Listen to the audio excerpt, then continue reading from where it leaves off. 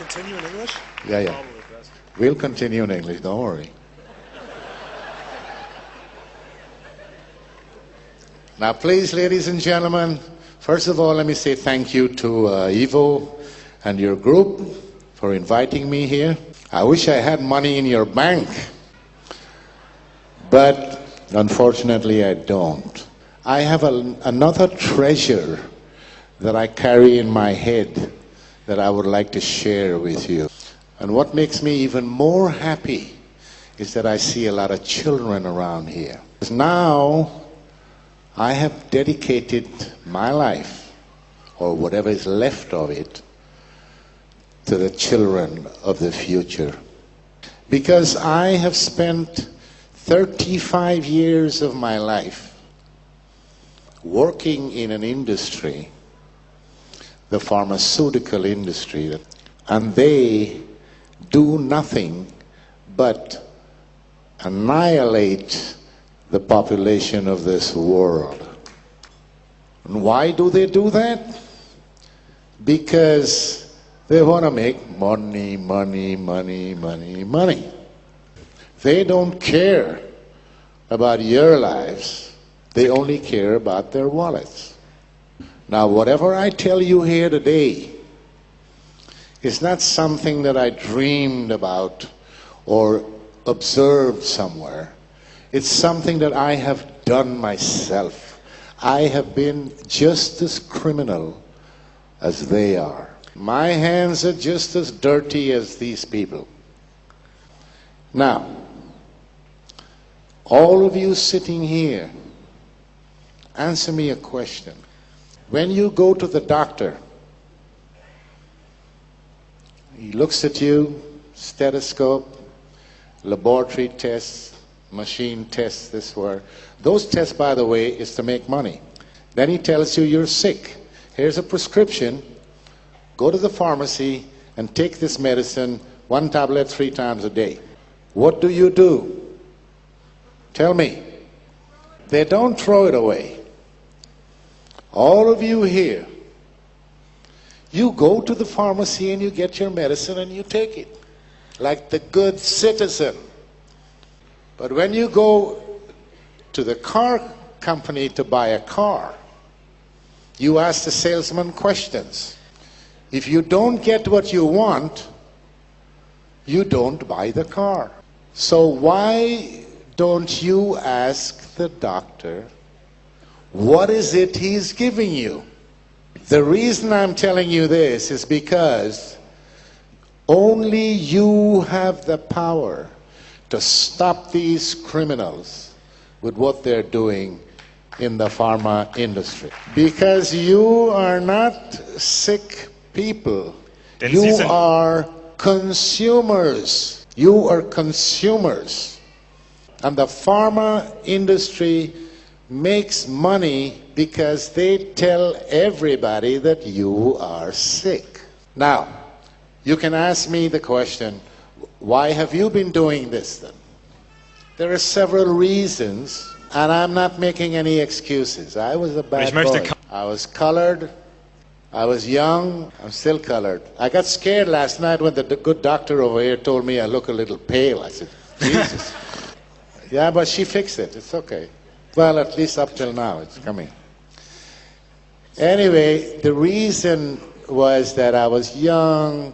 I was a colored man in the white world. I had to survive. The pharma industry gave me a good job. And I felt that I was in medicine because that's what I studied. So I started as a salesman. As a salesman. So I had a good salary. I had the car, the expense account. And as I moved up in my career, where I eventually became a director for a company in Sweden, the affiliate company of one of the largest and most evil pharma corporations in the world, Eli Lilly and Company. You may have heard of them. They're evil. And I can say that because I was part of the evil. So in those days, the money, I've been around the world, You ask me all the top hotels in the world. You ask me about all the big airports in the world, gourmet restaurants. I had a golden key to the wine cellar of the Opera Cellar in Stockholm, Sweden. The Opera Cellar is where the Nobel people have dinner. I mean, you can go in that restaurant. The Princess Christina was sitting next to me at another table the other one time. So all of this was offered to me on a plate and So, just like Eva gave Adam the apple, I had an apple too. Anyway, to make a long story short, I had a career. I did a lot of bad things. They fired me. I started my own company, worked for several other pharma companies, big ones, world players. Then I met a German woman 15 years ago. And she said I have to come to live in Germany because she's not going to move to Florida. And I said, okay, so I came to Germany. I retired, officially retired. I played golf, good golfer in Germany, and I relaxed myself. Then I had a heart attack. Then I had a second heart attack. And now I can't get no heart attack anymore. I have a titanium battery right here. So I can drop here today and my heart will still beat. That's just a joke. Anyway, no, it's not a joke. I have a pacemaker, but I mean the whole... Anyway, somebody, the power, I don't know, some people say God, some people say Jesus, some people say this. I call it the power. The almighty power blessed me and my wife with a child. I was 62 years old. This child is now 4.5. Now, when this child was born, he went to the pediatrician after the 6 months to a year. They make a checkup. The doctor checked the boy and said, yeah, he's healthy, he's fine. Now I need to give him his IMF cocktail for Maasen. Now I had told my wife, nobody, no doctor, no professor, nobody gives my child any kind of medication unless they discuss it with me and I approve it. Now this doctor, well, apart from being lucky that I wasn't there, she threw my wife and child out of the clinic and said, we only treat vaccinated children. When my wife came home and told me that, I considered how lucky this woman was, because if I were there, believe me, I would have strangled her. How dare she refuse to have my child come to this clinic and she's practicing as a doctor? What happened to the Hippocrates, the oath of Hippocrates? When you become a doctor, you swear the oath. Primum non nocere. The patient comes first. That made me mad. So I researched this lady, and I found that she was sitting in a committee, or on a committee, with a politician and members of the pharma company that made the IMF, the vaccine. And they're propagating to the government in Germany to introduce mandatory vaccination. So I started to do some research on what's going on in Germany in the medical business. I've never worked there. I only lived there. I got my pension from Sweden, by the way. I don't get anything from the German state or anybody. I found out also that general practitioners, just like this woman and other doctors, were prescribing psychotropic drugs to children. Shortly after that, I read in an article that was posted from the European Medical Association that they were going to approve the drug Prozac to give to children. Es heißt Fluktin in Schweiz, in Deutschland. In Deutschland. They were already prescribing another one called Ritalin. Now, I started to see red, and all the memories from the first day I joined the company as a salesman, it all started to come back. And I started seeing shadows at night. People dying from taking medication that was legalized because I had bribed the Swedish government to get the Zulassung for Prozac in Sweden. Now, can you imagine that? Sweden is reputedly one of the cleanest, most transparent countries in the world. They have the Nobel Prize of Medicine. And what I didn't think of at the time, the Americans, my friends were talking about them. Sorry, Jim. They loved the prestige of the Nobel Prize. That is why it was important for them to get the registration of Prozac in Sweden. That was one of the major things that I did, because the company told me, your career may depend on it. Now, I can't go through all the items of corruption I've been involved in. It's too many. I'll have to spend a couple of weeks here. But you can read about it in my book that's selling over there. It's called Nebenwirkung Tod.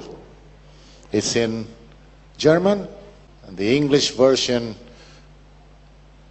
last week is now as an e-book for any of you who might be interested in that. Now, as my colleague Rima was referring to earlier in her speech, what is the pharma industry doing to us? They're the most powerful industry in the world. They sleep in the same bed with governments. They use corruption to get what they want. Corruption involves money. Cool. They have lots and lots and lots of money, and that is how they make their money. Now, they also kill more people than the wars we have in the world. But long term, they punish you and then they kill you. And that has to stop. We need, according to the way things are today, we need the pharma industry because there are some good things out there. Sorry, Rima, I might be contradicting everything you said, but there are some things there that is good, but most of it is rubbish. They're not interested in curing any disease you may have. They're more interested in making you get diseases. They're interested in symptomatic treatment. They want patients who are diabetics, cardiology patients, Parkinson's disease, rheumatoid arthritis, arthrosis, because you live a long time and the drugs that you have to take, you take that for the rest of your life. So let me ask you the question.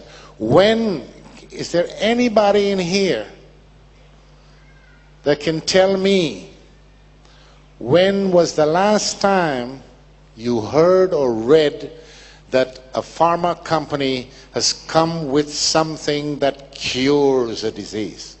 Beantworten Sie I'll mir give you folgende €100 right now if you tell me. They don't cure anything, they make you sick. Now, this company that I talked about, the Eli Lilly Company, remember that name. They have been doing this for years and years and years. 3 weeks ago, I received a mail. I get alerts on whatever is happening in the industry from various places. Eli Lilly Company was fined Strafgeld by the Justice Department in Pennsylvania, in America, $1.4 Milliarden dollar for one product that I have written about in this book 2 years ago. That product was used to treat, it was a neuroleptic, a psychodrug that was approved to be used on schizophrenics. So this company wasn't satisfied with that. They went and sold the drug to old people's home because they say it wouldn't cost so much to be there in this home because you give them this pill and the old people will sleep. So the workers wouldn't have any problems at night. But what they didn't figure on was that this drug had the side effects, which, by the way, before it came out, they had hidden under the table. The side effects, a lot of people died of heart failure, kidney problems and whatever. And then there was some speculation going on because the patients that received this drug, it's called Zyprexa. The patients that received this drug also got diabetes. And who is the largest diabetes medication producer in the world? Eli Lilly and Company. So, speculating. So they were taken to court and they were fined. It's the largest strafgeld in the history of the nation. Now, there are a couple of other companies that were fined heavily for other drugs in the pharma industry. And these are huge companies. But it never came out. You know why? Because the press works also with the pharma industry just like the government does. And I was surprised because the Germans, they say, yeah, we write about all these things and whatnot. But they didn't write about this one. The pharma companies use the media to implant its dirty work on you. You never get to know the truth until it's too late. You have to raise your awareness to a higher level. Don't take for granted what your doctor is telling you, because the doctors these days, let's say during my working half of my life, they don't know much about medicine. And they don't care much about their patients. They think about how much they can get paid.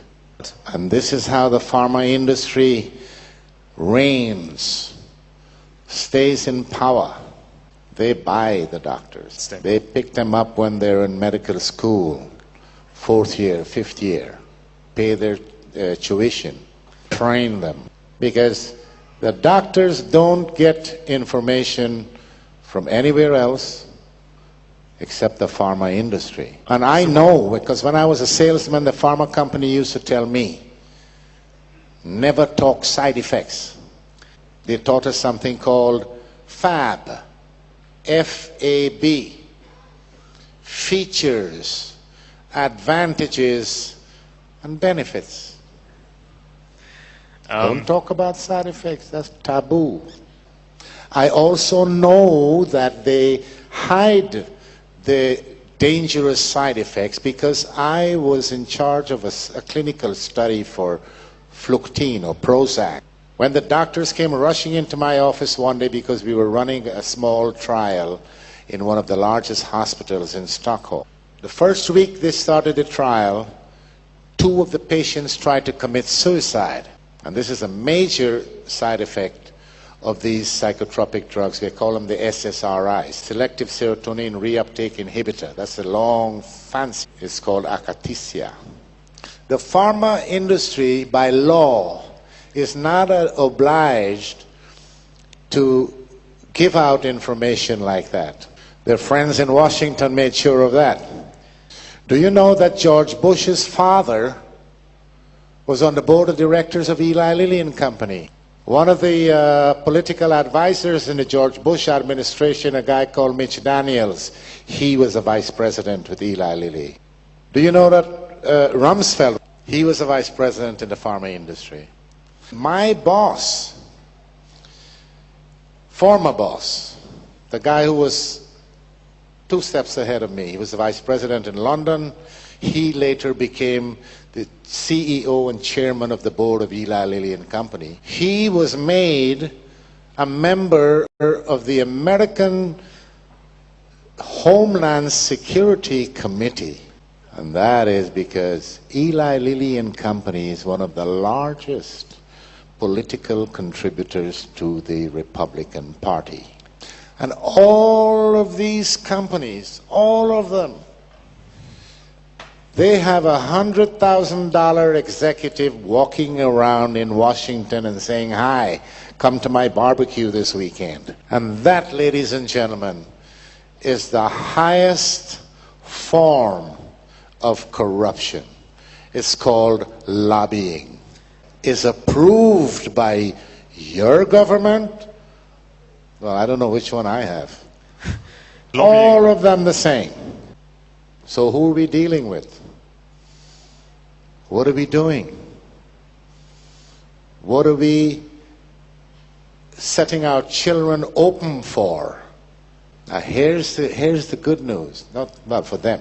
Sales of pharmaceuticals were dipping because when you look at the logistics of the whole thing, the baby boomers are now us. Well, not Die all. Leute, die man früher die Not Baby... all, but now we the baby boomers have gone into the long-term treatment. You know me, I got a pharmacy that's about 20 kilometers away from where I live. For my medication with special delivery. You know why? I am one of their best customers. Now the baby boomers are going to die out in a while. Then the pharma companies have to find a new consumer. That is why they have turned their attention to the children. Have you guys heard of ADHS or ADHD? Yeah? Do you know what it is? What is it? Oh yeah? Well, it's funny, but all these years I've been in medicine, nobody can come and tell me up till now what ADHD is. Yeah, syndrome makes it a sickness. Since they can't prove that this is a sickness, they changed the S to D, calling it disorder. And when it comes to that kind of disorder, for example, how do they measure serotonin in the brain of a child? Do you know how to do it, doctor? With a Ouija board. That's one way of doing it. Yeah, right. But I don't think the pharma industry even knows about Ouija boards. What I'm saying is, they get the psychiatrists to sit down, with their little bow ties. Psychiatrists, these are mad people. They might...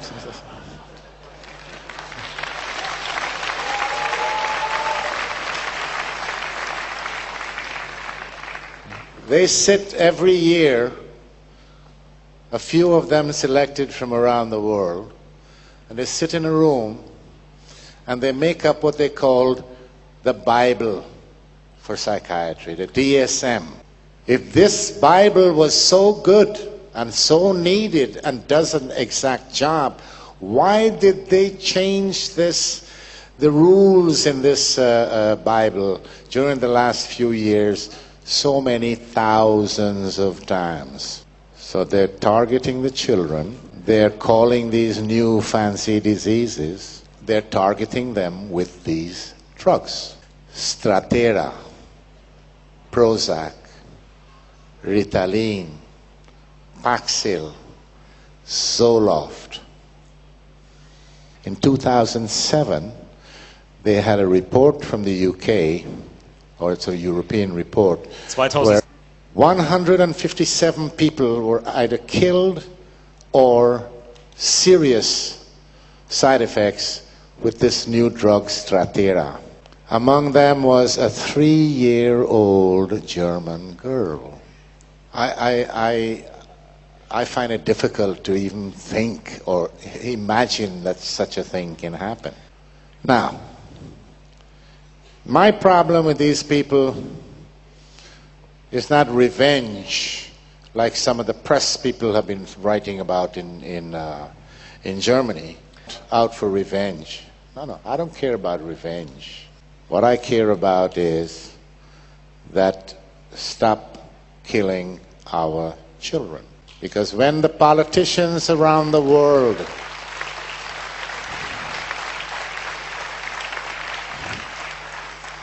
when the politicians and all the other idiots,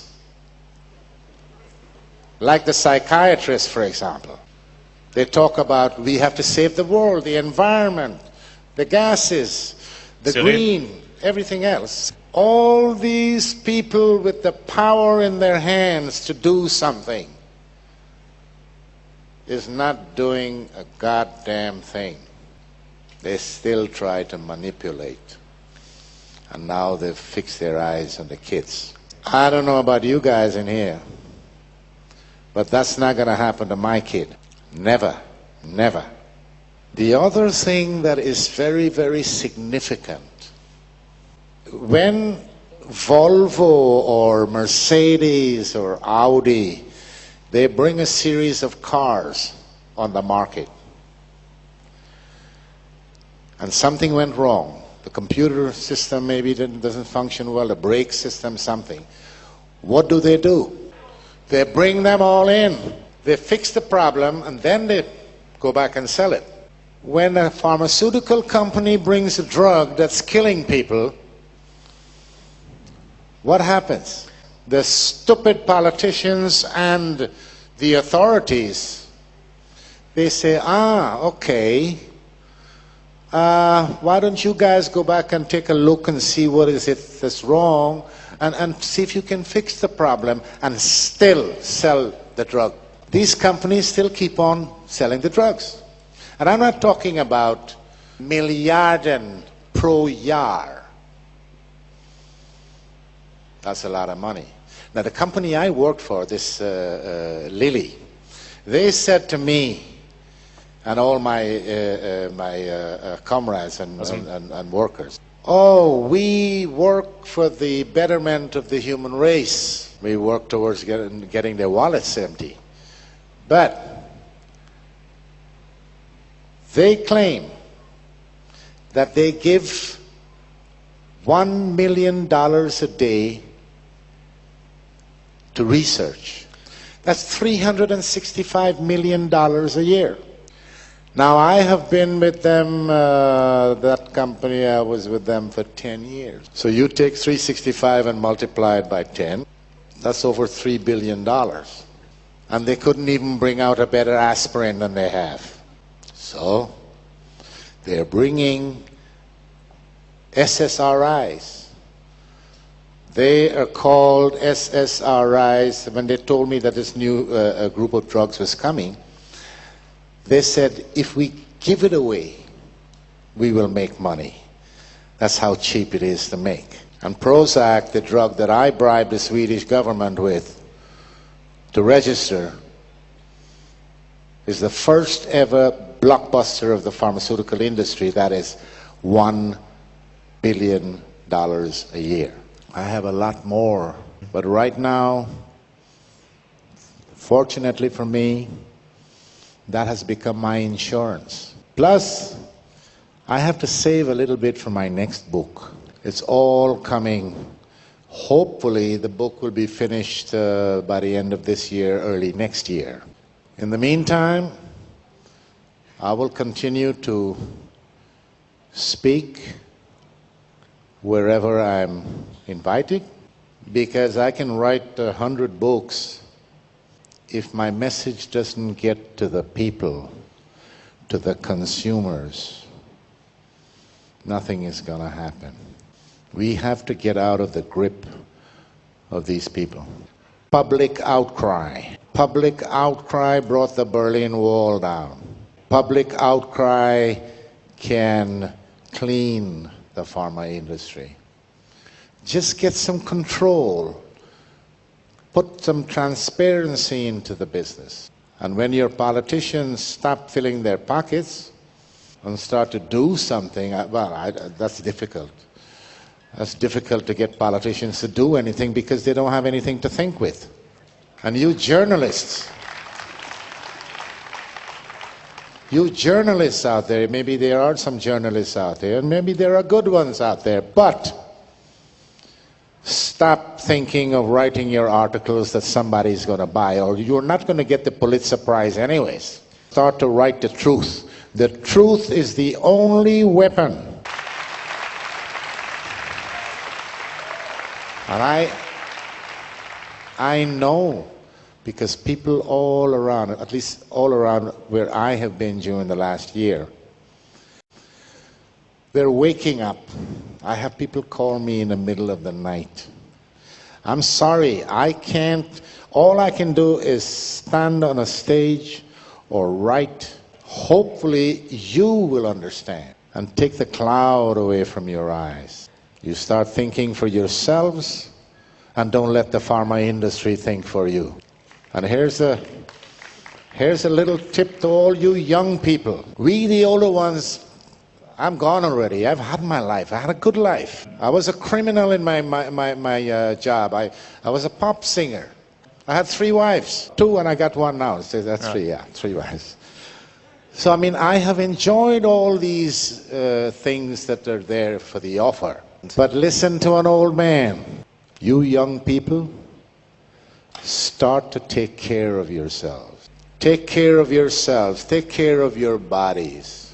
Don't fall for the junk that's out there. Stand up for what you believe is right for you. The reason you go to a doctor and the reason you go to the hospital is because you have not looked after yourselves. If you look after yourselves, you don't need to go. It's like the car. Tune up the auto. Use the right gas. Change the windshield wipers. Maintenance. If you do that, you don't need to see the mechanic. But if you don't maintain the car, then you have to go to the mechanic. It's not going to run properly.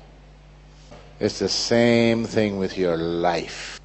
So, I am not going to get into more details about all of this. I've told you some of the important facets of the pharma industry, and you can believe it, you can take it to the bank, what I have said to you. You can do your research, and you will find that I have worked in every single department except production. All the other facets of the industry, I have worked in them. I know. So, ladies and gentlemen, it's been very nice meeting you people. I will now leave this speech open for questions. If you have any questions.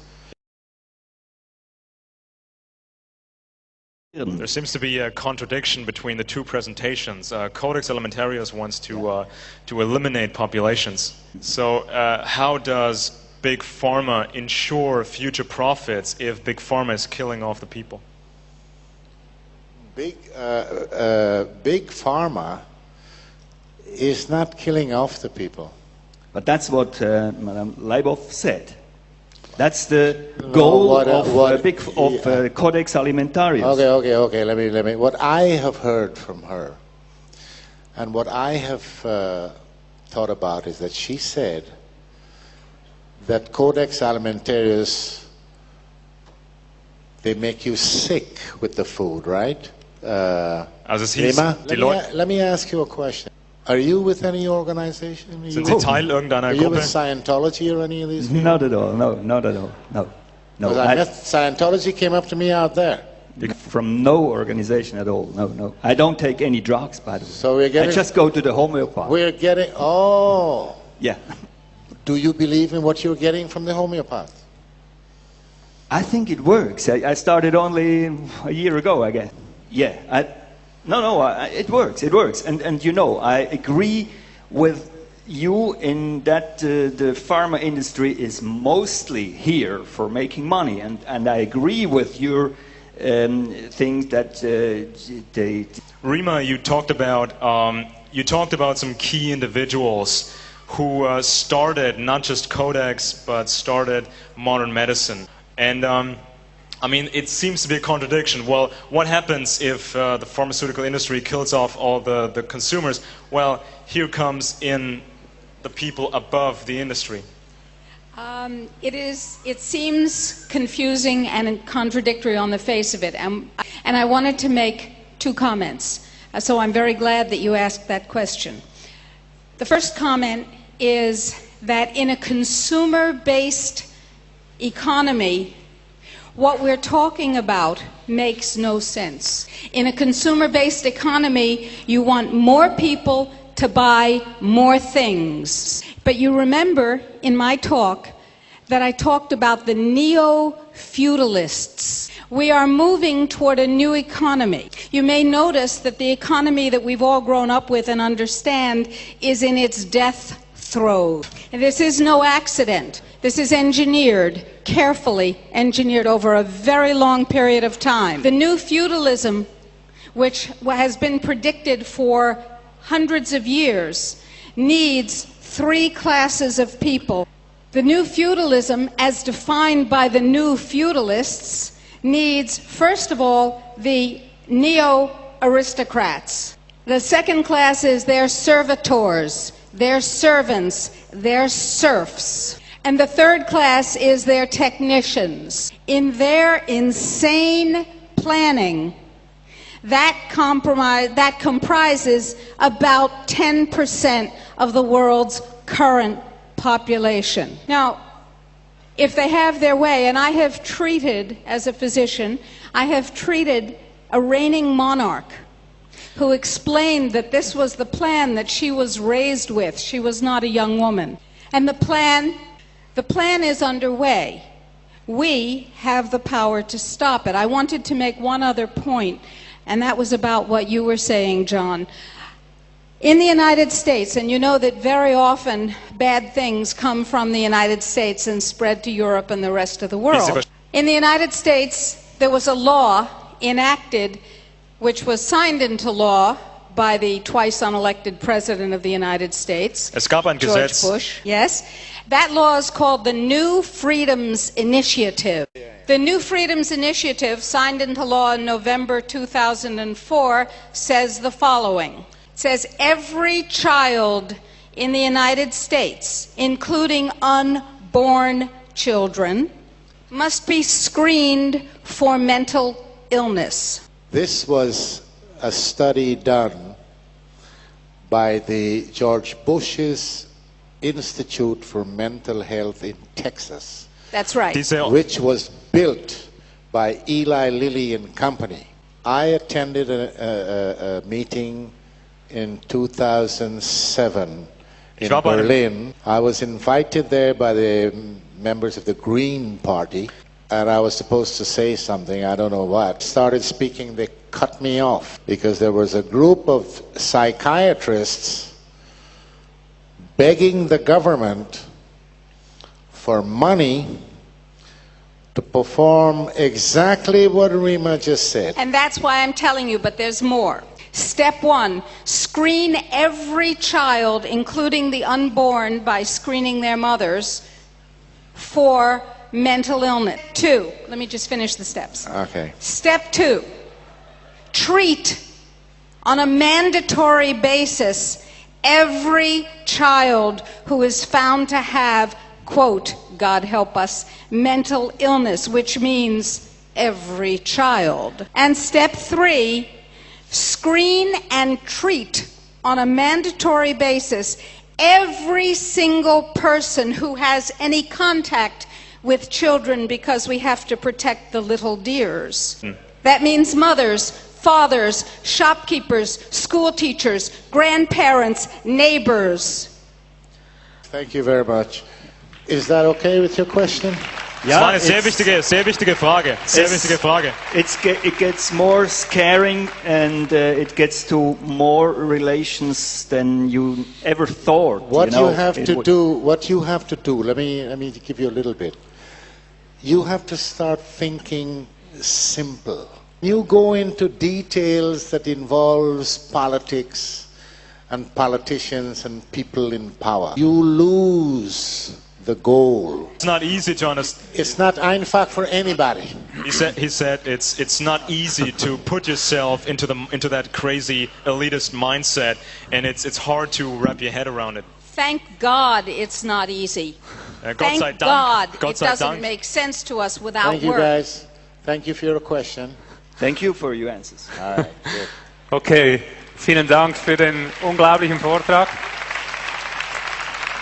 Thank you very much, ladies and gentlemen. I hope I see you again. Ich hoffe. Oh, don't forget, the book is on sale over there.